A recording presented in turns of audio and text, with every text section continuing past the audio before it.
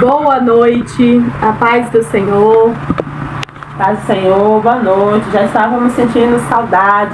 Estamos de volta à nossa programação aqui no nosso canal da Escola Bíblica Casa de Isadoc. Vamos dar continuidade à nossa leitura no livro de Jó. Hoje nós vamos estar lendo Jó, capítulo 39. Nós vamos dar um tempo aí para você poder estar compartilhando com seus amigos, familiares, pessoal da igreja, pessoal do trabalho. Convide uma pessoa para estar estudando a Bíblia conosco hoje. Boa noite, a paz do Senhor para todos. A gente está aqui meio improvisado hoje, tá? Talvez não seja aí a melhor câmera, né? Não esteja tão alinhado como a gente tenta deixar, mas nós estamos aqui para a honra e glória do Senhor. Né? Meu celular tá no conserto, a gente pega o celular emprestado de alguém, traz o aparelho que a gente tem aqui, que a câmera não é muito boa, mas nós estamos aí para estudar juntos a Bíblia. Vou dar alguns minutos para que todo mundo consiga receber a notificação, para que todo mundo consiga entrar na live, para que você consiga separar a sua Bíblia, consiga separar aí seu caderno de anotação, para a gente poder fazer esse estudo abençoado, tá?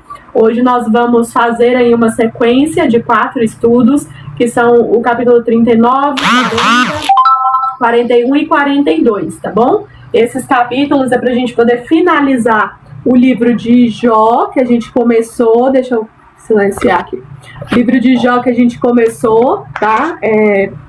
No mês, né, passado aí, para a gente poder finalizar esse livro. Nós demos uma pequena pausa, né? Essa semana nós tivemos aí o meu casamento no civil, nós tivemos aí em oração. Agora essa mulher casada. Agora essa mulher casada, gente, no civil, papel assinado, para a honra e glória do Senhor. Foi um presente mesmo de Deus, né? Quem já casou sabe que não é fácil as taxas de cartório, você correr atrás de tudo, né? Mas nós oramos muito por esse momento e Deus nos presenteou com tudo, irmãos. Eu posso dar esse testemunho hoje aqui, de dizer para você que Deus ama casamento. Deus abre as portas quando é um casamento, para que tudo seja feito e para a honra e glória do Senhor. E foi o que aconteceu. Né? Apareceu um, ofertou o cartório, o outro ofertou a decoração, e Deus foi movendo o coração de homens e mulheres de Deus. Eu quero deixar aqui o meu agradecimento a todos que contribuíram de alguma forma nesse casamento civil, no jantar que nós fizemos em gratidão ao Senhor. Né? Teve irmã que ajudou, a missionária Tatiana, o pastor Paulo ajudou aí com o jantar, o pastor Domingos com a pastora Antônia também ofertou para nós, além de permitir que nós fizéssemos o jantar na igreja, também ofertou aí com a alimentação. A Vera, né, Lidiane, várias pessoas ofertaram refrigerante, né, teve as lembrancinhas, teve as roupas das daminhas. Então, assim, é muita gente, né? Se eu for falar o nome de cada um, não tem como, até porque tem pessoas, irmãos, que eu nem conheço pessoalmente. Tem pessoas que Deus levou a ofertar, né, a roupinha das daminhas, o negócio que ficou no meu cabelo, né, o brinco, tudo, o arranjo do meu cabelo. Deus, ele moveu de maneira assim que as pessoas ofertarem, irmãos. São pessoas que não me conhecem, né? Não me conhecem pessoalmente, mas me conhecem da parte do Senhor, porque ouviram, né, aí da parte do Senhor que Deus estava pedindo para que eu ofertasse aí na minha vida. Então, muito obrigado a todos os pastores, a todos os homens e mulheres de Deus. Eu me senti muito honrada, né? Até brinquei com a Nayara. Eita, Nayara, para a honra e glória de Deus, né? As minhas testemunhas foi um bispo e um pastor. A juíza assinou, então assim, só faltou o Papa, irmão. Só faltou o Papa assinar. O restante tudo assinou, entendeu? Certidão válida agora do casamento no civil. Mas brincadeiras à parte, a gente sabe que é uma parte muito importante, né? Para quem faz a obra do Senhor, para quem tem ministério, né? Ter essa legalidade, né? Da parte humana, porque eu creio que a parte de Deus, a bênção de Deus, né? Nós tivemos, que Deus abriu todas essas portas por conta disso e ouviu as nossas orações. Já deu tempo aí para todo mundo se organizar, todo mundo pegar a sua Bíblia, pegar aí o seu caderno, compartilha no seu status, compartilha nos grupos. Hoje, amanhã, né, hoje é segunda, terça, quarta e quinta. Nós vamos ter os 4 capítulos dos últimos capítulos do livro de Jó, para a gente finalizar o livro de Jó. E aí, irmãos, eu tô tentando, porque eu tô sem o meu celular, né? O meu celular tá quebrado. Tô tentando, através de um celular emprestado, baixar os vídeos e colocar lá no YouTube. Mas eu vou terminar, se Deus permitir, essa semana de colocar o restante que tá faltando, para que você consiga, você que perdeu algum capítulo, você consiga assistir ele por completo, né? O livro de Jó, tá bom? Mas não desista da gente, tenha paciência, tenha fé, vai dar tudo certo. Deixa eu abrir aqui. Nós vamos... Eu fiz um convite para você conhecer o nosso canal lá no YouTube, Escola Bíblica Casa de Zadok. Lá nós temos o livro de Jó, né, que quando terminar a live nós baixamos, nós vamos repor os livros, mas nós já temos o livro de Provérbios completo e o livro de Eclesiastes completo. Estamos terminando Jó e a gente já quer a sugestão do próximo livro que nós vamos fazer. Então aí já vai pensando qual que é esse estudo, né, de um dia, né, você trazer um capítulo por dia, é para te incentivar a tornar a leitura bíblica diária uma parte presente do seu dia. Assim como você tem a alimentação, você tem o seu trabalho, o seu estudo ali no seu dia a dia, que a prática da leitura bíblica, ela também possa ser parte do seu dia, né? Ou através de um devocional, através do seu momento com Deus, mas sempre tire no espaço do seu dia um momento para você estudar a palavra de Deus. Então nós trazemos essas lives como um incentivo para você estudar a Bíblia, para você ter esse momento com Deus, esse momento de aprendizado, a qual nós aprendemos juntos. E é muito legal, você comenta aqui embaixo, aí eu vou abrir tanto aqui quanto no YouTube, você que está assistindo no YouTube, comenta aqui embaixo, ou manda pra gente pelo WhatsApp, sugestão do próximo livro, mas dessa vez a gente quer um livro do Novo Testamento, a gente quer trazer para vocês um livro do Novo Testamento. Então comenta qual o livro do Novo Testamento você gostaria de estudar com a gente, né? Então tem ali de Mateus até Apocalipse, qual o livro que você gostaria de estudar com a gente aí, tá? Antes da gente começar qualquer estudo bíblico, né, vamos orar, pedir discernimento e sabedoria da parte de Deus. Hoje nós vamos fazer o capítulo 39, ele é um capítulo que tem 30 versículos, então eu vou ler de 10 em 10 aqui junto com vocês, tá? E vou pedir para você curvar a sua cabeça por um instante só, que a gente não pode fazer nenhum estudo bíblico, não faça estudo bíblico, não pare para ler a Bíblia sem fazer uma oração, tá bom? Senhor Deus Todo-Poderoso, Pai, muito obrigado pela tua graça, pela tua misericórdia, pelo teu cuidado conosco. Senhor, que o Senhor possa se fazer presente, a tua presença neste lugar, Pai. Que aonde esse vídeo chegar também essa pessoa possa ter um sinal da tua parte, Pai. Fala conosco, nos ensina, abre a nossa mente, os nossos olhos, os nossos ouvidos, nosso entendimento, Pai, para ouvir a tua voz. Nada adianta, Senhor, ler este livro se não houver a tua presença, se não houver, meu Deus, meu Pai, a tua sabedoria. Pai, repreende pelo poder do sangue de Jesus toda distração, todo obstáculo. Meu Deus, meu Pai, tira as vendas, Pai, desentope os nossos ouvidos. Aonde, Senhor, este vídeo passar, que haja uma diferença, Pai. Que haja, meu Deus, meu Pai, enquanto estivermos estudando a Bíblia, Pai, que o Senhor tenha liberdade para curar, para libertar, Pai, para transformar as mentes e a alma das pessoas, Pai. É o que nós te pedimos. Diminua a Nayara, diminua eu, cresça, Pai, a tua presença e que nós possamos, Pai, se achegar um pouco mais perto de ti. É o que nós precisamos, Pai, e pedimos por graça e por misericórdia, em nome de Jesus. Amém? Então vamos lá, capítulo 39. Você que está chegando aqui agora, nós somos a Escola Bíblica Casa de Zadok. Somos uma escola bíblica totalmente gratuita, tá? Fazemos estudo bíblico e junto com você vai abrir a sua Bíblia, seu celular, seu computador, em Jó, capítulo 39. Se você perdeu algum capítulo, nós estamos lá no YouTube, você vai pesquisar no YouTube Escola Bíblica Casa de Zadok. Vai aparecer uma casinha lá, você se inscreve, você compartilha, você salva o nosso canal para você estudar a Bíblia junto com a gente. Se você ficou com dúvida em alguma coisa que a gente falou, se você quer tirar dúvidas, se você quer perguntar, a gente sempre coloca aqui ou coloca lá também nos comentários do nosso telefone. Você pode chamar no WhatsApp, Nayara, Bárbara, tô com dúvida nisso, que aí nas próximas lives, ou dependendo da pergunta, a gente já te responde pelo WhatsApp mesmo, senão nas próximas lives a gente vai estar respondendo em comum, tá? Então nós vemos aqui em Jó, né, lá os primeiros capítulos, onde Deus, né, ele fala que vai permitir que Jó seja testado. E aí no capítulo 1, no capítulo 2 já perde tudo. E aí ele começa a passar por um momento, acredita-se que toda essa história levou-se anos, né, que Jó passa por todas as dificuldades durante anos. E ele é visitado pelos amigos, principalmente 3 amigos que são os mais velhos, que vão falar ali nos primeiros capítulos. E eles vão criticar muito Jó, vão dar opinião na vida de Jó, vão achar que Jó pecou. Por quê?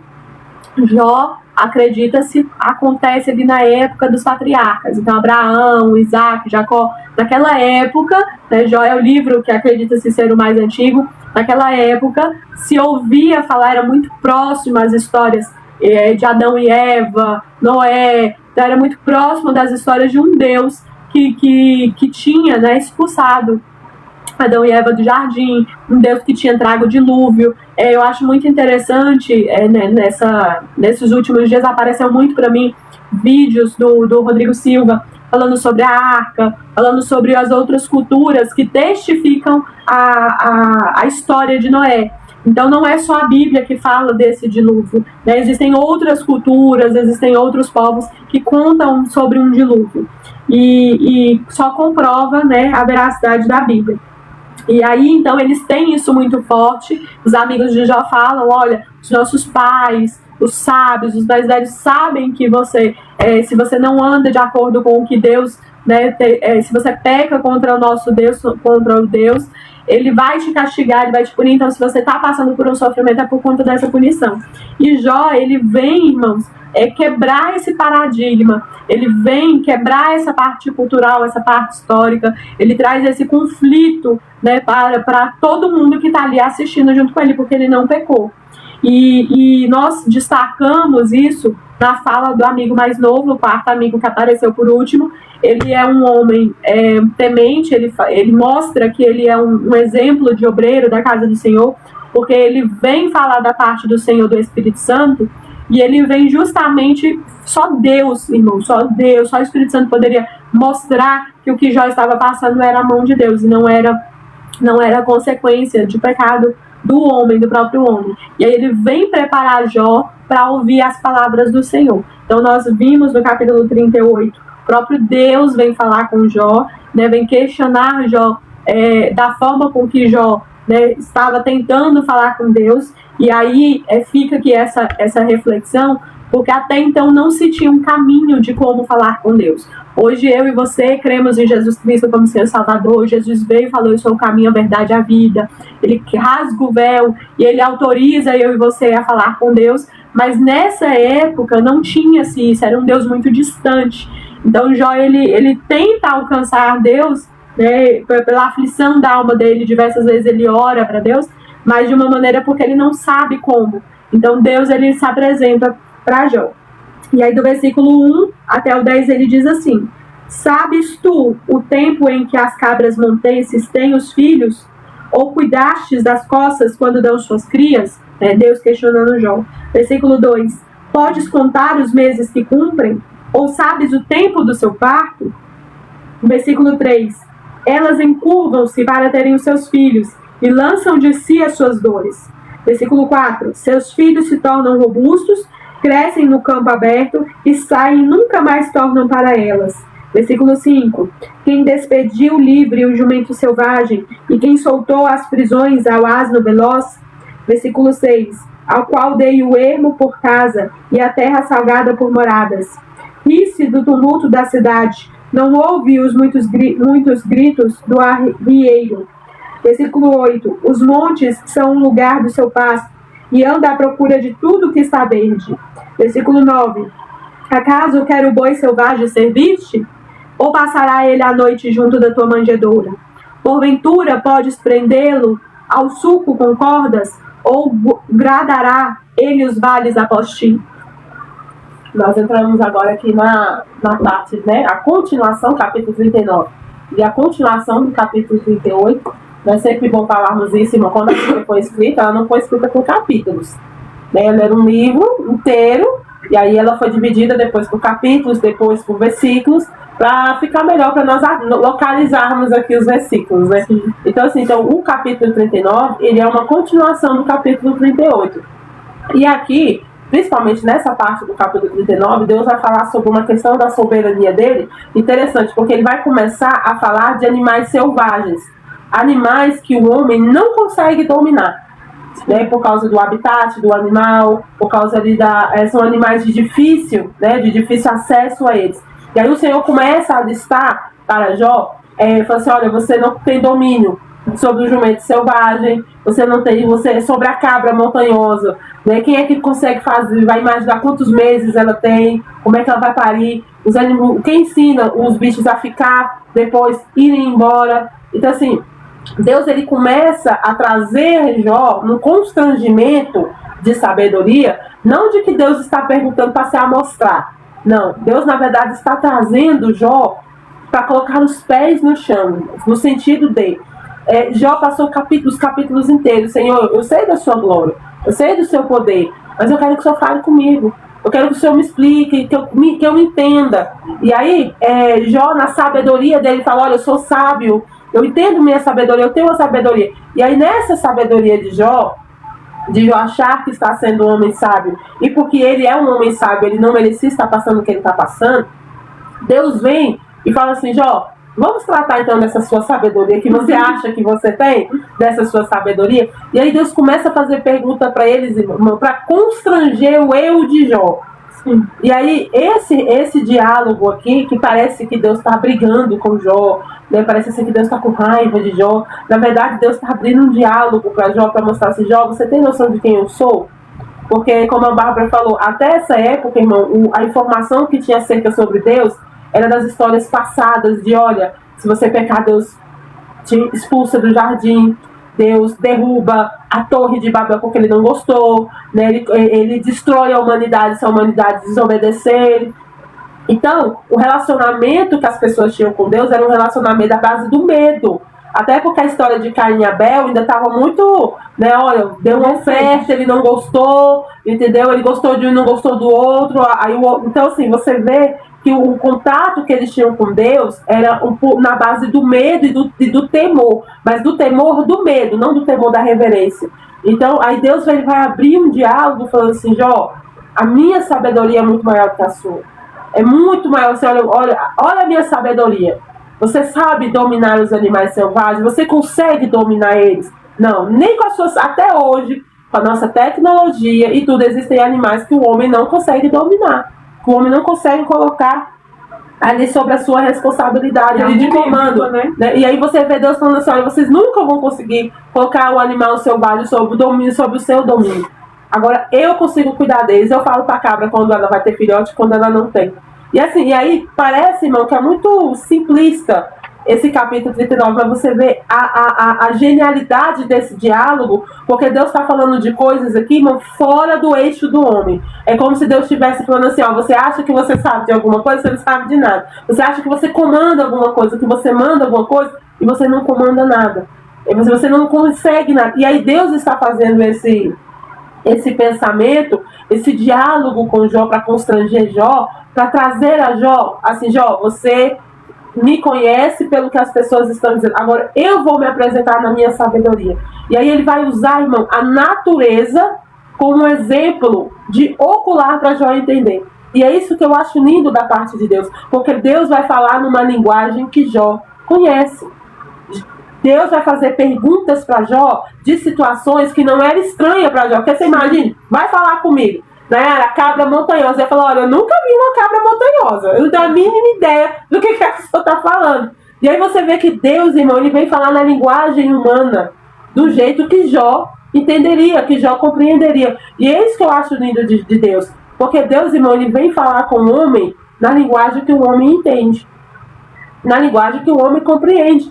E aí eu chamo a atenção, né, dos pregadores que estão nos acompanhando aí, dos pastores, que eu sei que tem muitos pastores que nos acompanham, de que a importância de você tornar facilitado a palavra de Deus para as pessoas.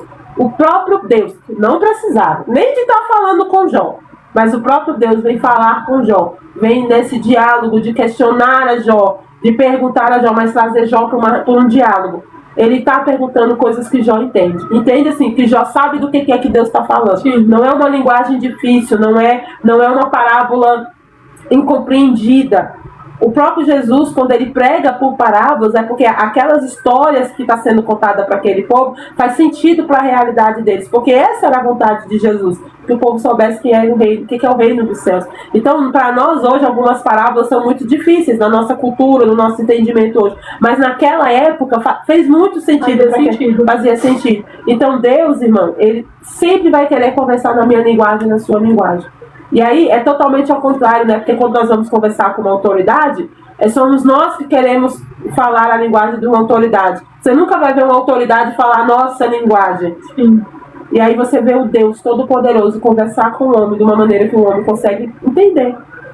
E aí você que é pregador, você que ministra estudo, olha a importância disso. O próprio Deus facilitou um diálogo ao ponto de haver uma conversa. Porque você imagina, se chegar aqui uma pessoa num idioma que eu e a Bárbara não conhecem, e ele começar a conversar, que diálogo é que vai ter? Ele não vai entender o que nós estamos falando e nós não vamos entender o que ele está falando. Então não existe um diálogo. Não é porque tem duas pessoas, irmão, falando, que isso é uma conversa, que isso é um diálogo. Diálogo é quando duas partes estão entendendo o que está sendo falado. E Deus está dialogando com Jó. E aí o próprio Deus consegue fazer isso com o ser humano. E aí nós que estudamos, que ensinamos a palavra, que temos essa oportunidade, às vezes nós fazemos o caminho inverso, irmão. Nós tornamos mais difícil, colocando palavras que as pessoas não entendem, ensinos que fazem as pessoas se afastarem de Deus, de tão difícil que são. E às vezes nós achamos que é bonito, enche de um monte de palavras que ninguém vai entender nada, um monte de palavras difíceis, que hoje, né, você precisa conhecer a realidade do nosso país. Não é porque a pessoa sabe ler e escrever que ela entende, que ela compreende. E aí nós pegamos essa palavra do que colocarmos de um modo que a pessoa compreenda, para que ela conheça Deus, para que ela saiba quem é Deus, para que ela consiga enxergar o caminho até a Jesus, para encontrar o próprio Deus. Nós fazemos ao contrário. Nós dificultamos através de muito ensino que não é bíblico, colocando coisas de homens no lugar de ensinar coisas de Deus, estamos ensinando coisas de homens. E aí, se você vê o próprio Deus abrindo um diálogo com o homem, e às vezes nós dificultamos as pessoas terem um diálogo com Deus através de ensinos difíceis, ensinos complicados, estudos difíceis, de difícil compreensão, pregações em que nós pregamos para pessoas que pensam igual a nós, mas se vier uma pessoa diferente, nós excluímos aquela pessoa como se a pessoa não fosse digna de ouvir o evangelho, porque é um evangelho muito simples. Eu ouvi isso hoje, vocês pregam muito simples, e graças a Deus, porque nós queremos atingir pessoas, irmãos. Você que está aí do outro lado, você pode ter a classe social que você tiver, você pode ter a escolaridade que você tiver, a palavra de Deus tem que chegar a você. A palavra de Deus tem que chegar em você que é pós-graduado, você que é mestrado, você que tem um estudo. Agora você também que não teve a oportunidade de aprender a ler, de escrever, está aprendendo a mexer no celular e agora a palavra de Deus também tem que chegar a você. Porque Deus também é para você. Jesus também morreu por você. Então a palavra dele também tem que chegar a você. E nós que trabalhamos com isso, com estudo, você que é obreiro, você também tem que pensar nessas pessoas. As pessoas que não têm muitas das vezes o mesmo estudo, não tem um recurso que eu e você temos de facilidade, de ter várias Bíblias, de ter várias traduções, de compreender. O próprio Deus, irmão, se deixou ser entendido, por que a gente também não pode fazer isso?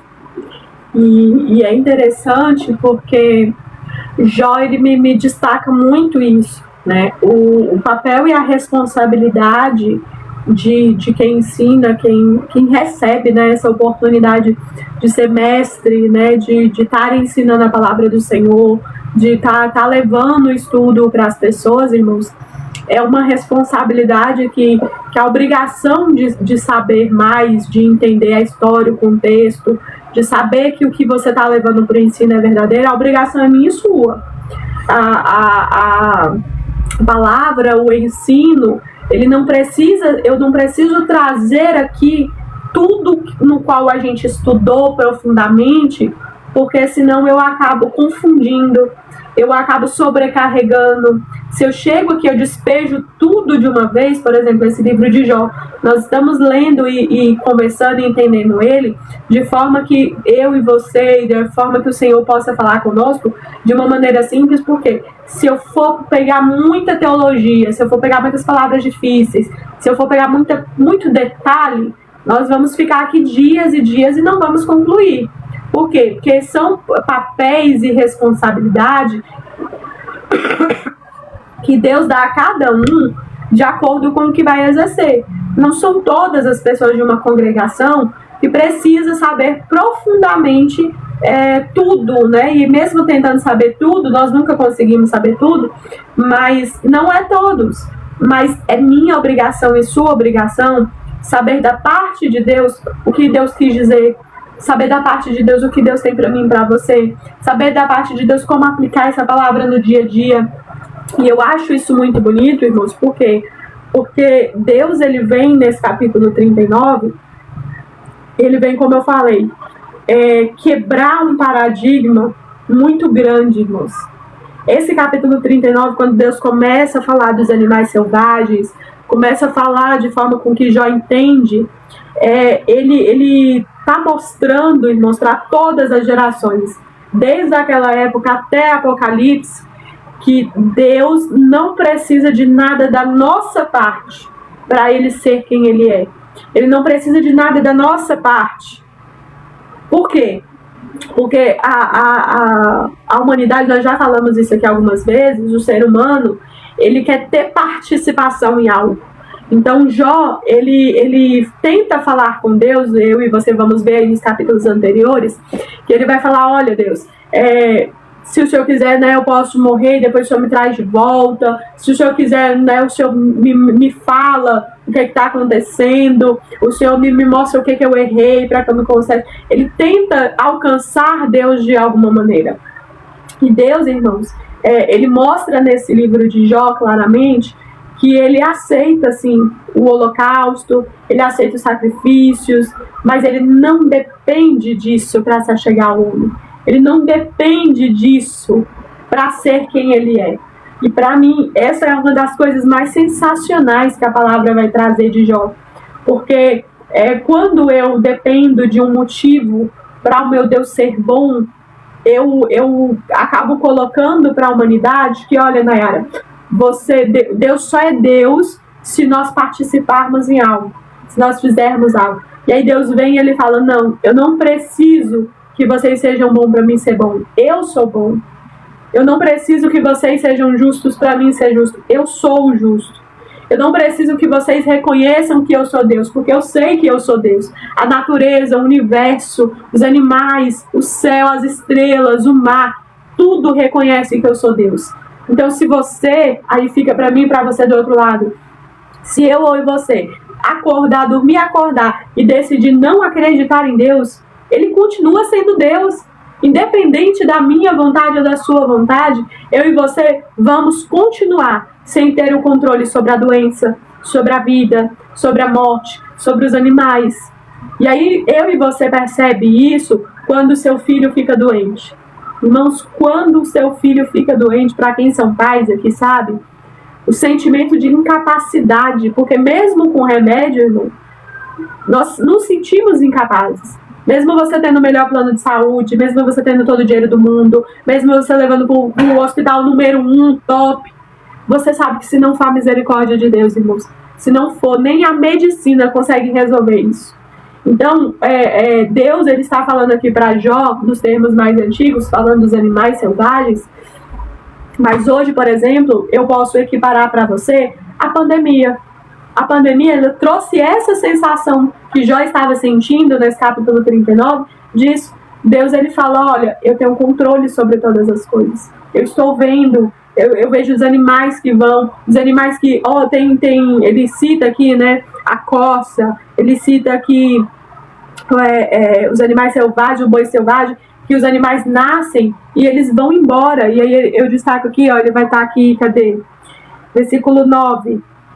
Acaso quer o boi selvagem servir-te? Ou passará ele a noite? Porventura podes prendê-lo ao sulco com cordas? Ou gradará ele os vales após ti? Então, assim, não pode, você não tem domínio sobre algumas coisas na minha vida e na sua vida. Quantas mulheres hoje tiveram uma vida inteira, né, se dedicando à carreira, se dedicando a outras prioridades, e chegam no momento de ter filhos, irmãos, e aí parece que a ficha começa a cair. Que se não for a misericórdia de Deus, se não for a graça, muitas pessoas não conseguem gerar, porque passa a idade, passa o tempo, e você começa a orar e pedir para Deus a oportunidade de gerar, Por quê? Porque você tomou tantas outras prioridades e você vê que tem coisas que escorrem, ó, pelos dedos, a saúde, né, a morte, muitas coisas, mesmo que você queira muito reverter aquilo, só Deus para ter a misericórdia, para reverter de verdade. Ele tem um domínio de todas as coisas.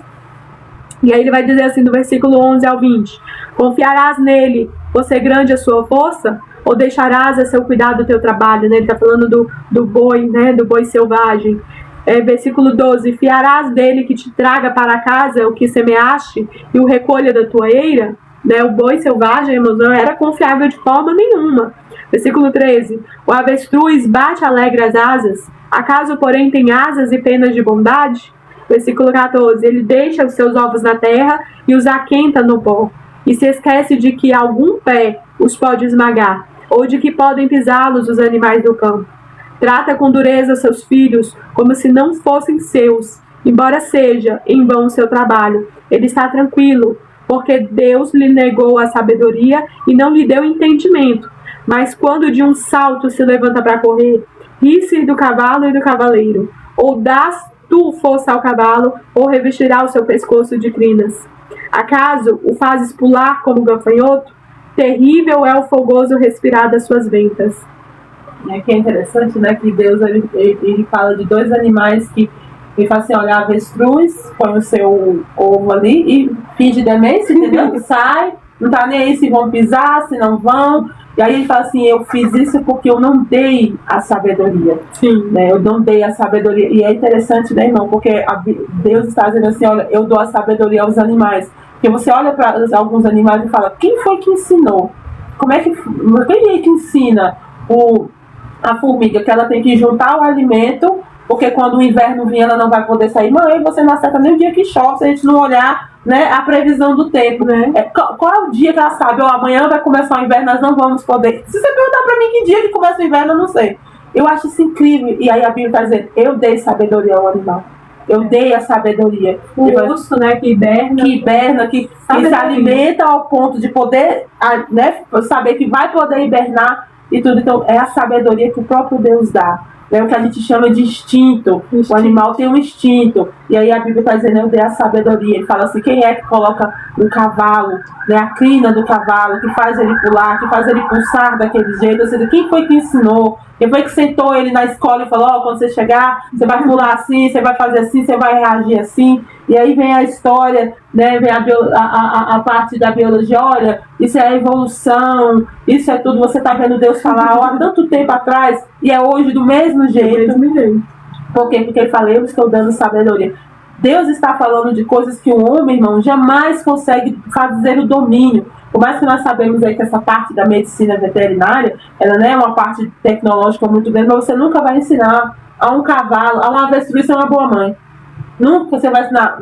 A genética não consegue fazer isso, porque é algo que foi Deus que determinou. E aí Deus vem ensinando para Jó, fala, já o que eu determinei, o homem não consegue mudar. Então esse mesmo Deus, irmão, que determina algo que é fora do nosso controle, você imagina esse mesmo Deus, irmão, querer ouvir a minha oração e a sua, né? Se prestar a ouvir as nossas orações. Esse Deus que tem o controle de todas as coisas, que consegue controlar tudo. Aí a gente olha assim, não, Senhor, o Senhor não está controlando a minha vida, o Senhor não está me vendo, o Senhor não, parece que Deus se esqueceu. E quando nós olhamos essa sabedoria que Deus está agindo com Jó, né, como eu falei, ele está fazendo um confronto com Jó, né, um constrangimento ao ponto de Jó falar assim, Senhor, eu não sei nem para onde é que eu começo. Né, amanhã nós vamos falar da pequena resposta que Jó fala, né, que ele fala, olha, eu não sei nem por onde é que eu começo a responder ao Senhor. Então, irmãos, como é maravilhoso, e aí a gente traz essa reflexão, nossa, mas Deus poderia falar com ele de tantas maneiras, mas Deus está se apresentando para ele. Deus aqui está falando com Jó de um jeito que nenhum ser humano até então tinha ouvido Deus falar. Né? Lembrando que Deus já tinha falado aqui com Abraão, poucas palavras, né? Sai da sua terra, da sua parentela, mas falou com Abraão 5, 6 vezes. Né? Mas você vê um diálogo, de dialogar, de conversar, com Jó que ele está tendo aqui. Né? Nós estamos citando Abraão porque eles são praticamente da mesma época. A história de Jó passa-se nessa época, apesar que o livro de Jó está lá na frente, ele passa-se nessa época. Você vê Deus dialogar com o homem. A última vez que Deus tinha um diálogo com o homem foi com Adão. Até então aqui, foi com Adão. As outras aparições que Deus tem, eles são muito pontuais, de Deus falar e sumir, como ele fez com Noé, que ele falou com Noé 2 vezes na vida, entendeu? Na vida toda. E aí, olha o privilégio que eu e você temos, né? E aí vem o Senhor abrir esse diálogo. E aí, esse é o bom de você ser servo do Senhor, irmãos. De você ter esse título de servo. Não quer dizer que você é perfeito. Não queira a perfeição dos servos de Deus. A pessoa que cobra a perfeição dos servos de Deus não está lendo a Bíblia. Porque você tira pelos discípulos, entendeu? Você tira pelos 12, irmão. Você estuda só os 12 discípulos que Jesus escolheu, que Jesus teve paciência. 3 anos e meio com eles, entendeu? É uma faculdade. E olha lá o que eles fizeram no final. Todo mundo reprovou no TCC, entendeu? Mas foram escolhidos pelo Senhor. Então, às vezes a gente quer uma perfeição dos servos de Deus. Jó era servo do Senhor. Servo de Deus. E mesmo sendo servo, ele não era perfeito. E Deus sabia que Jó não era perfeito.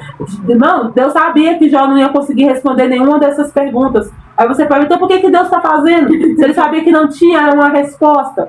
E essa é a base maravilhosa do diálogo com Deus. Ele está trazendo para Jó um ensino, dizendo, Jó, agora eu vou te mostrar quem eu sou. E eu vou usar a natureza como o meu quadro. Essa natureza, a natureza que o Senhor fez, é o maior quadro do que quem Deus é. Quando você achar que Deus não está no controle de tudo, olhe para o tempo e olhe para toda a situação. Olhe para o sol, olhe para a estrela. Você consegue controlar o sol? Você consegue controlar as estrelas? Porque Ele controla. Se Ele faz isso, irmão, com algo tão grandioso, pela minha vida e pela sua vida.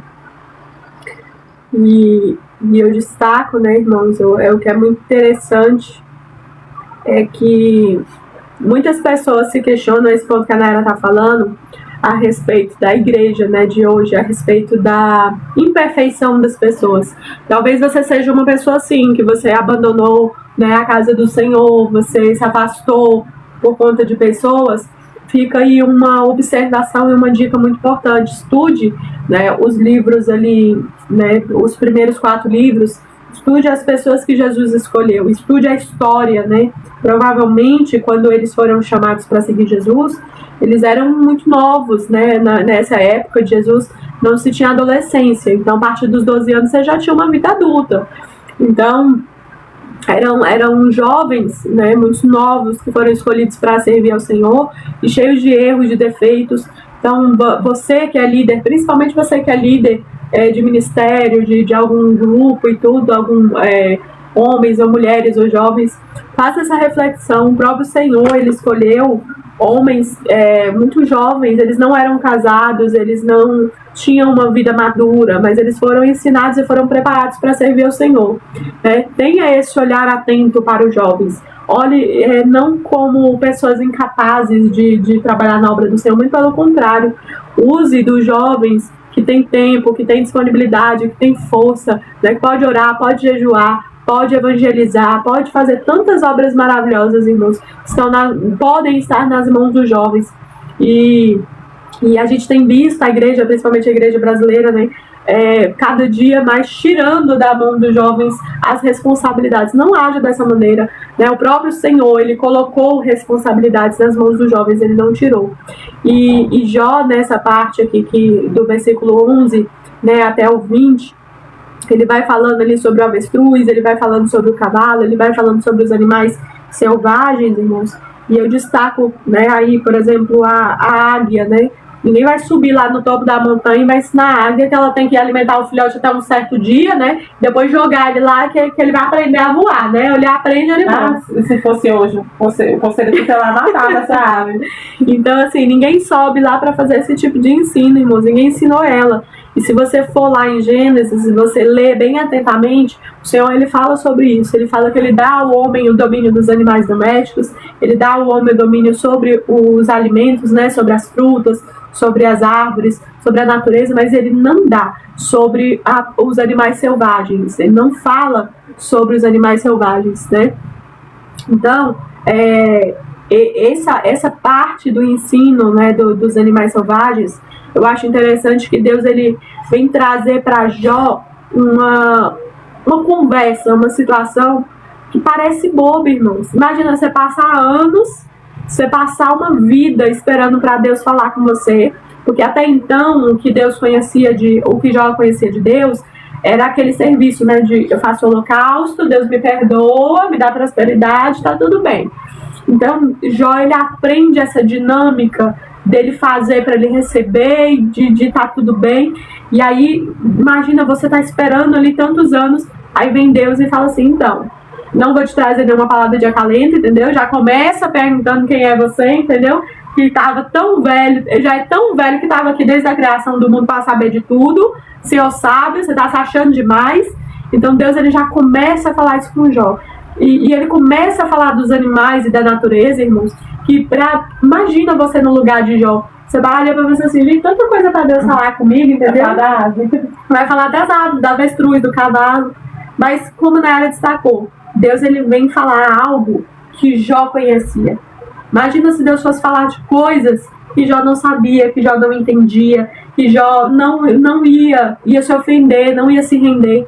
Mas são coisas tão necessárias e fazem parte do dia a dia de Jó, que quando chega a vez de Jó falar, como a Nayara falou, nós vamos ler no capítulo de amanhã, Jó, ele fala, olha, eu percebi que com tudo isso que Deus falou, que eu sou indigno. E esse é o sentimento que eu e você temos que ter com a palavra do Senhor. E aí você que é mestre, você que é líder, né, você pode tirar essa medida se dentro da sua igreja, dentro do seu círculo, né, dentro dos seus liderados, a palavra que está sendo levada, ela traz um sentimento de você se sentir indigno. Ela tem trago para os obreiros, para você, para os seus filhos. Será que vocês se acham indignos da presença do Senhor, do sacrifício de Jesus na cruz? Porque esse tem que ser o sentimento que tem que ser gerado quando Deus fala comigo e com você. É esse sentimento que já sentiu nesse capítulo 39. É isso que Deus estava querendo trazer. Porque se eu e você pregamos o evangelho, que a pessoa sai do culto, a pessoa sai de casa, a pessoa sai do trabalho, a pessoa faz um devocional e ela está se sentindo, entendeu? A herdeira, entendeu? A alecrim dourado, a dona do céu. A dona do céu, entendeu? Só vai entrar quem ela deixar entrar. Tá errado. Esse é um dos maiores termômetros que eu e você tem que ter da parte do Senhor.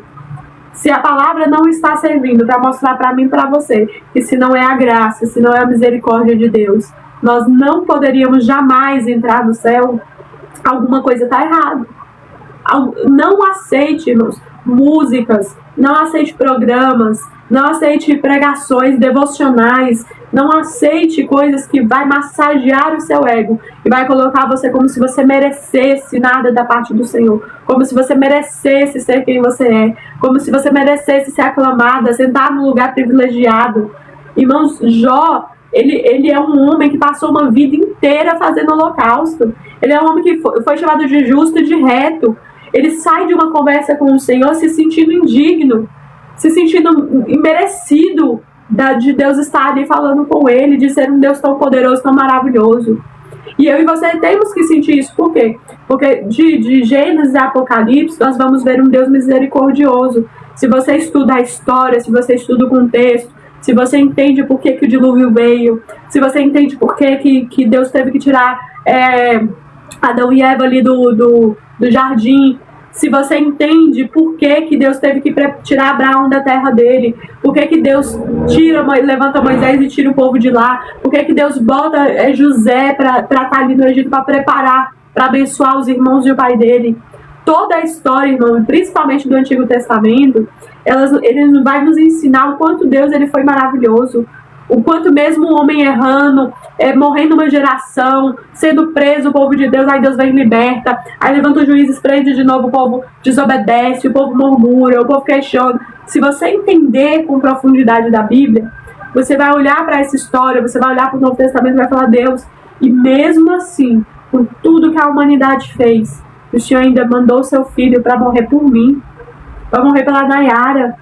Um povo que conseguiu desenvolver uma tecnologia, barcos para conquistar continentes e fez uma escravidão, escravizou povos, massacrou, torturou povos que por conta da Bíblia, irmãos, aí nós estamos falando de pessoas que lêem os manuscritos. Você sabe o que é pegar essa Bíblia aqui, povos distorcer para torturar homens e mulheres de Deus porque queriam ler a Bíblia, porque queriam orar.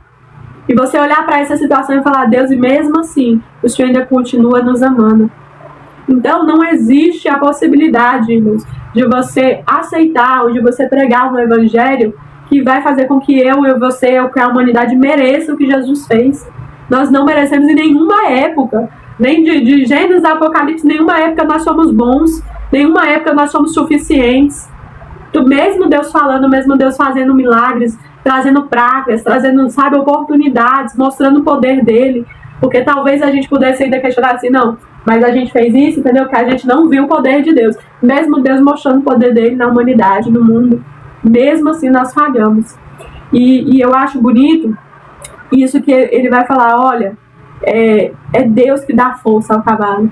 É Deus que ensinou, né, ao avestruz como ser, como não ser, o que fazer, o que não fazer. E nada disso nós conseguimos mudar. E ele vai continuar falando assim, escava no vale, versículo 21, folga na sua força e sai ao encontro dos armados. Ri-se do temor e não se espanta e não torna atrás por causa da espada.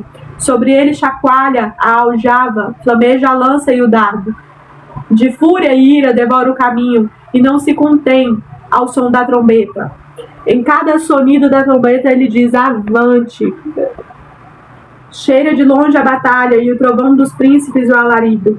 Ou é pela tua inteligência que voa o falcão, estendendo as asas para o sul. Ou é pelo teu mandado que se remonta a águia e faz alto o seu ninho. Habita no penhasco onde faz a sua morada, sobre o cimo do penhasco, em lugar seguro.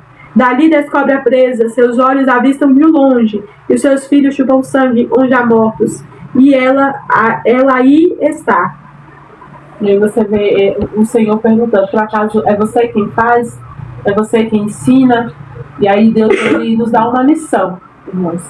Para mim, para você, de que tem coisas que não está no nosso controle. Não está no nosso... Por mais que o Senhor tenha dado sabedoria ao homem, por mais que o Senhor tenha dado o controle dos animais domésticos, né? Aqui o Senhor está falando dos animais selvagens, a qual nós não temos o controle de domesticá-los. E eu vejo o poder de Deus e o amor de Deus nesse diálogo, no sentido de como se Deus estivesse falando para Jó, eu tomo conta de tudo isso. E mesmo assim, tomando conta de tudo isso, o Senhor busca um relacionamento conosco. O Senhor busca nós como seres humanos, como a sua criação primária. Nenhum desses animais o Senhor deu a sua imagem, a sua semelhança. Todos esses animais são fantásticos. Estão sob o controle dele, são selvagens, mas estão sob o controle dele. Muitas das vezes aí você tem coragem de dizer não para Deus. O boi, ele não fala não para o Senhor. O que Deus coloca ele para fazer, ele faz do começo ao fim da vida dele. Toda avestruz você vai ver ele se portar assim, toda águia, você vai ver o ninho dela no penhasco, toda espécie dela não muda. Aí o Senhor vem, olha para o ser humano e fala assim, eu vou dar a minha imagem e a minha semelhança, eu vou soprar o fôlego de vida. Esses animais aqui, irmão, teve a palavra de Deus como comando de voz. Deus, ele soprou na narina do homem o sinal de vida. Aí vem eu e você fala assim, não quero, não vou, não preciso. É como se nós trocássemos de lugar. Nós viramos Senhor da vida e o Senhor vira o servo. Né? Eu que quero, eu escolho. E aí eu vejo um Deus que domina os animais selvagens, da qual eu e você não dominamos, mas nós queremos dominar esse Deus. Nós queremos mandar neste Deus.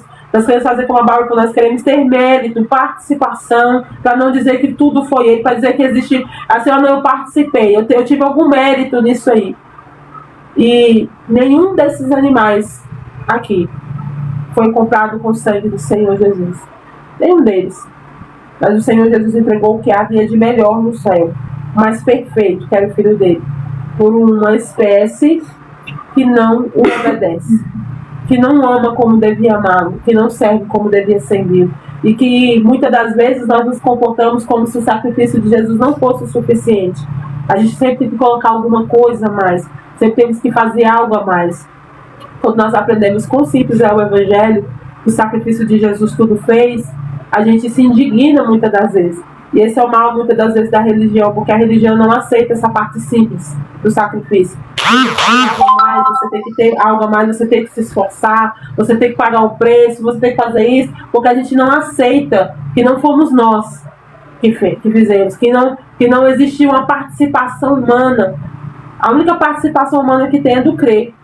Não tem nada que eu e você faça que vai merecer o que Jesus fez, que vai pagar. Você pode passar a sua vida todinha pregando, cantando, louvando, tendo uma vida reta, do jeito que você quiser. Não pague o que Jesus fez.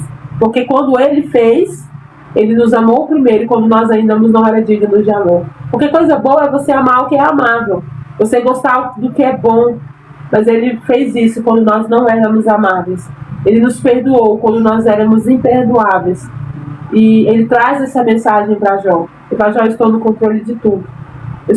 A minha soberania está aí. E aí eu quero te convidar para o capítulo de amanhã. Mas principalmente para o capítulo 42. Que é quando Jó, parece que ele acorda para a vida. É como a Bárbara falou, quando você tem um diálogo com Deus, não tem como você sair desse diálogo de salto alto. Não tem como você sair desse diálogo dizendo eu sou o máximo, entendeu? Eu sou o centro do mundo, tudo gira em minha volta. Se nós estamos saindo assim dos nossos cultos, de um momento de oração, você não está orando a Deus, você não está tendo um diálogo com Ele. Porque é impossível sair da presença desse Deus desse jeito. E eu acho lindo quando nós vemos a história de João Batista, quando ele fala assim, que ele diminua. Que eu diminua para ele crescer. Não tem como, irmão, o Senhor crescer na minha vida com eu em crescimento. Eu falo assim, que eu diminua e que ele cresça. Ou seja, que eu saia de cena e que ele venha. Então, quando nós olhamos para a Bíblia, nós vemos quão indigno nós somos. Se você não consegue se enxergar assim, não, pastor, eu sou a princesa do Senhor. Eu sou amada, eu sou a filha. Sim, você é filho por adoção. Você já viu uma criança ser adotada? Você já viu uma criança quando ela vai ser adotada? O critério é dos pais. Os pais escolhem aquela criança. E aí há o critério da adoção. Foi Deus que olhou para nós e falou assim, eu vou tornar Nayara e a Bárbara dignas de salvação. A gente não fez nada, a gente não teve participação nenhuma nisso. Não tinha critério bom nenhum em nós. E Ele fez. E Ele está mostrando isso para Jó. Olha a natureza, ela é tão perfeita. Eu tenho um domínio sobre todos, sobre tudo, eu faço o domínio dos selvagens, eu sei quando a cabra vai, eu sei quando fui eu que dei sabedoria para a águia subir no penhasco, fui eu que dei sabedoria para ela cuidar dos seus filhos. E aí vem esse Deus maravilhoso, ter um diálogo com o homem na sua linguagem, no modo que o homem podia entender. Esse é o Deus que nós servimos, irmão. Um Deus tão grandioso, que se humilha, porque é se humilhar para se colocar nessa posição, para que eu e você o entenda, para que nós possamos nos sentir dignos disso. Nós olhamos para a palavra do Senhor, nós vemos homens fantásticos, que quanto mais eles eram usados, mais eles se sentiam inúteis, mais eles se sentiam rebaixados, mais eles se sentiam humilhados, porque esse é o sentido do céu. Se você quer ser grande, você tem que se tornar pequeno. Se você quer ser exaltado por Deus, você precisa se humilhar primeiro. É você se humilhar. Não é você ser humilhado. A gente pensa, não, os humilhados serão exaltados. Não, é você se humilhar. Porque, irmão, é tão fácil eu humilhar a Bárbara. Agora, eu me humilhar. Como é difícil você humilhar a você. Porque é o único modo de Deus te exaltar. Não é você chorar porque você está passando por uma prova. O único jeito de Deus te exaltar é você se humilhando. E eu quero destacar uma reflexão. A igreja, principalmente depois da vinda de Jesus, né, dos discípulos, nós vivemos um boom muito importante dos primeiros, vamos colocar os primeiros 500 anos, que foi muito necessário, né? O evangelho tomar o mundo todo, ele ser pregado nos 4 cantos do mundo, você evangelizar, você pregar o Senhor, você ir, você praticar o id. Mas hoje, irmãos, nós vivemos uma época onde o nome de Jesus ele praticamente está no mundo inteiro. E nós temos pessoas hoje que são, né, vão ser como Paulo, como os discípulos, são pessoas que são chamadas especificamente a ir pregar o evangelho. Elas têm uma responsabilidade. Existem pessoas que são chamadas, existem pessoas que são escolhidas para propósitos específicos. Só que essas pessoas escolhidas para propósitos específicos, irmãos, são escolhidas pelo Senhor. Não somos nós. Eu não vou chegar na Nayara e vou falar, então, Nayara, a partir de hoje, entendeu? Você tem que ir lá para a África, porque eu estou mandando você ir, porque você vai ter que praticar o ID, entendeu? Existem pessoas, irmãos, desde a época de Adão e Eva, da época, existem pessoas que vão ser como Abraão, que foi chamado para uma coisa específica. A família dele foi chamada, ele foi de uma terra para outra, porque o Senhor colocou uma responsabilidade sobre ele. E existem pessoas que vão ser como Jó. Eles vão ter uma vida inteira, mas eles vão ser o Jó. Ele não vai ser uma pessoa que vai sair da terra dele para ir para outra. Ele não vai ser uma pessoa que vai ganhar uma multidão. Ele não vai ser uma pessoa que vai ter que pregar lá no deserto. Ele vai ser o servo Jó, que vai ter uma vida reta com Deus. Hoje as pessoas elas não conseguem pregar, pelo menos eu não vejo pregações sobre isso, e elas não conseguem suportar que na igreja dela vão ter pessoas assim. Nós não temos preparado pessoas que vão vir para a congregação para sentar no banco e ser Jó a vida toda. Eu tenho que entender as limitações. Por que eu estou levantando esse ponto? Porque dentro dos ministérios, aí eu falo com os obreiros da casa do Senhor, existem pessoas que estão ungindo pessoas, estão levantando pessoas para pastor, para presbítero, para evangelista, para isso, para aquilo. Pessoas que não foram chamadas para isso, irmão.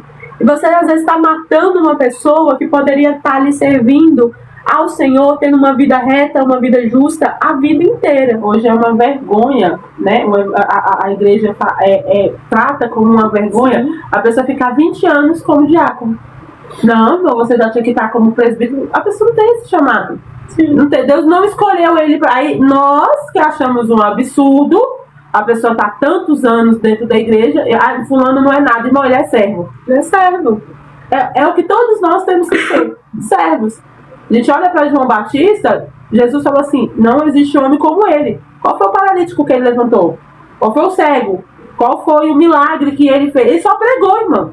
Ele só fez pregação e batizou Jesus. Jesus falou, ninguém fez um ministério como ele. Nem Moisés, nem Elias, nem Eliseu. Ele só foi chamado para aquilo ali e ele fez o que fez. Então, não se sinta frustrado, você que está ouvindo aí, que assim, nossa, mas eu vou ser um membro de banco, você tem que ser servo. Você é servo, para você ser servo, você não precisa ter um cargo eclesiástico para isso. Você não precisa, para você pregar, você precisa pegar a sua mochila e ir para outro estado. Você faz isso com o seu testemunho, com o seu comportamento, no seu trabalho. Você prega muito mais. Então não se frustre. E você que é obreiro, não pressione as pessoas aí só. Não, você já tem que, né? Você está 20 anos na igreja, já é para você ser pregador, já é para você ser pastor. Você perguntou para Deus se aquela pessoa é para ser pastor? O Senhor chamou aquela pessoa para ser pastor? Né? Porque o Escabarro está falando, é muito importante. Porque aí nós frustramos pessoas, nós derramamos o sal onde Deus não está derramando. Aprenda, né? Aí eu deixo essa reflexão para os dois lados. Para quem é obreiro da casa do Senhor, para quem é pastor, para quem é algum cargo eclesiástico, tem essa autonomia, essa função, peça a Deus, fala, Deus, abre os meus olhos para que eu consiga enxergar quem vai ser Jó dentro da minha igreja, para que eu consiga trazer homens e mulheres como Jó, para que eu tenha paciência com eles, para que eu ensine eles a serem homens e mulheres justos, retos diante de Deus, que conhecem a Deus, que oram, que têm relacionamento com Deus. Porque, irmão, não é vergonhoso ser como Jó. Jó tinha relacionamento com Deus. Então, peça a Deus para que você entenda como receber essas pessoas. Não olhe para a igreja como uma hierarquia, uma escada, como uma empresa. Irmão, eu abomino essa palavra. Vamos transformar a casa do Senhor numa empresa. Vamos transformar a casa do Senhor numa empresa, entendeu? Que tem que lucrar, numa empresa que tem que fazer, numa empresa que tem que, ganhar pessoas e botar uma escada para as pessoas subirem. Não é assim que Deus olha para mim e para você. E você que está vindo, você que às vezes nunca aceitou Jesus, ou você, quantas vezes, irmãos, eu passei por isso, de não me encaixar nos lugares, não me encaixar no louvor, não me encaixar no púlpito, não me encaixar no ministério de dança, e achar que eu não servia para nada. A sua alma tem valor, você serve para alguma coisa, o Senhor olha para você. Mesmo que você venha para, na minha época eu chamava de frequentador de banco. Você quer ser só um frequentador de banco? Sim, irmão, posso ser um frequentador de banco, mas que tem relacionamento com Deus. Eu vim aqui servir ao Senhor, não foi a igreja, não foi as pessoas, estou aqui servindo ao Senhor. Então, não se sinta obrigado a ter um cargo eclesiástico se você não foi o Senhor que te chamou. Não se sinta obrigado, porque senão você mata pessoas, você trata mal, você se frustra, você acaba... Quantas pessoas, irmãos, têm um casamento perfeito, tem um casamento maravilhoso, tem uma família abençoada pelo Senhor. O cara tem uma família, irmãos, uma família, que todo domingo ele tá ali, a família é perfeita. Aí vem um abençoado de Deus, que não foi Deus que mandou. Vai lá e fala, então, sua família é perfeita, entendeu? Vou te ungir pastor. O cara não tem chamado, a mulher não tem chamado para a mulher de pastor. Passa 2 anos, está tudo destruído. A família, os filhos odeiam o evangelho, todo mundo se desvia. Por quê? Pela falta de visão, pela falta de discernimento da parte do Senhor, de tratar a casa do Senhor como uma empresa. Então, que fique essa reflexão, estude mais sobre esse assunto, ore ao Senhor mais, para que Deus possa te mostrar, homens e mulheres, que às vezes você tratou mal, às vezes você julgou, né? Que você possa chegar nessa pessoa e falar: olha, o Senhor é servo do Senhor, te vejo como Jó, né? Continue seu relacionamento com Deus, olhe com carinho para essas pessoas, não trate mal as pessoas que têm relacionamento com Deus, só porque elas não estão na escada que você imagina. Não é Deus que colocou, você imagina. Por quê? Porque Deus valorizou Jó, Deus olhou para Jó com carinho, Deus cuidou dele, Deus teve um relacionamento com ele, mesmo ele não sendo nada diante dos seus olhos ou diante dos meus olhos. Vamos colocar, imagine se nós estivéssemos vivendo hoje na época de Jó. Quem você falaria que Jó é? Será que você falaria que ele é amigo de Deus? Que ele é um servo de Deus? Todo arrebentado? Será que você receberia ele? Porque talvez ele não foi Davi, não foi um grande rei, não foi Salomão, não teve todo o ouro e toda a prata do mundo. Já teve câncer, teve doenças, teve falência, quebrou-se. Imagina, quem quebrou 2 empresas, entendeu? Hoje para você não é nada, mas para Deus, quem é essa pessoa? Então que nós possamos ter esse olhar treinado e possamos, os próximos 3 capítulos, que o Senhor possa fazer grandes coisas na sua vida. Vamos orar para encerrar? Senhor Deus Todo-Poderoso, Pai, muito obrigado pela Tua graça e pela Tua misericórdia, Pai. Nós vemos, meu Deus, esse capítulo 39, Pai, como um reconhecimento da Tua grandiosidade, Pai. O quanto nós somos indignos, Senhor. O quanto o Senhor é poderoso. O quanto, meu Deus, eu consigo invejar, Pai, até os animais, porque eles obedecem, eles seguem. Quantos anos, Pai, o Senhor criou eles, deu ordens e eles não se desviam dos caminhos que o Senhor ensinou. Pai, olha como nós somos indignos. Basta um dia, Pai, de um amanhecer para anoitecer, que durante o dia nós conseguimos fazer tantas coisas, Pai, contrárias ao que o Senhor nos ensinou, contrárias ao que o Senhor nos pediu, Pai. Quantas vezes nós conseguimos ter pensamentos de reclamar, de botar defeito, Pai, de achar injusto nas coisas que o Senhor criou, nas coisas que o Senhor faz. Até mesmo, meu Deus, meu Pai, querer ter participação, querer merecer, Pai, aquilo que o Senhor faz, aquilo que o Senhor é, sendo que o Senhor não precisa de nós, Pai. Pai, abre os nossos olhos, abre os nossos ouvidos, para poder, Pai, reconhecer que nem todos vão ser reis, nem todos vão ser, meu Deus, meu Pai, como Davi e Salomão. Alguns vão ser como Jó, Pai. Nos ajuda, Senhor, a tratar bem, a cuidar, Senhor, dos Jós que chegam nas congregações, que vão chegar aqui, Pai, através dessas redes sociais. Nos ajuda, meu Deus e meu Pai, a ensinar eles, não a serem, meu Deus e meu Pai, o que o mundo quer que eles sejam, mas a ser o que o Senhor quer que sejam, homens e mulheres justos e retos, que têm relacionamento com o Senhor. Pai, nós queremos ter relacionamento. Pai, se alguém, Pai, aonde chegou essa live, quer ter relacionamento, ouve, Pai, a oração dele, aceita ele, Senhor. Escreve o nome dele no livro da vida. Renova a aliança daqueles que, porventura, Pai, até hoje nunca entenderam isso, Pai. Eles se sentiam merecedores, eles se sentiam dignos, eles se sentiam até superiores aos outros, Pai. Mas que a Tua presença possa constranger, Senhor. Que a Tua presença possa quebrar tudo aquilo, meu Deus e meu Pai, que foi construído ao redor da alma dessa pessoa, Pai. Toda soberba, todo orgulho, pelo poder do sangue de Jesus, hoje é destruído, é acabado. E que essa pessoa, meu Deus e meu Pai, possa entender que é o Teu sangue que lava, é o Teu sangue que purifica e é o Teu sangue que liberta, Pai. Se não for a Tua presença para convencer, a Tua presença, Senhor, para mudar, nós não podemos nada, nós não somos nada, Pai. Precisamos de Ti como nosso Senhor e Salvador. Precisamos da Tua graça, da Tua misericórdia. Por isso nos ajuda, Senhor. Nos ensina e não se esquece de nós, Pai.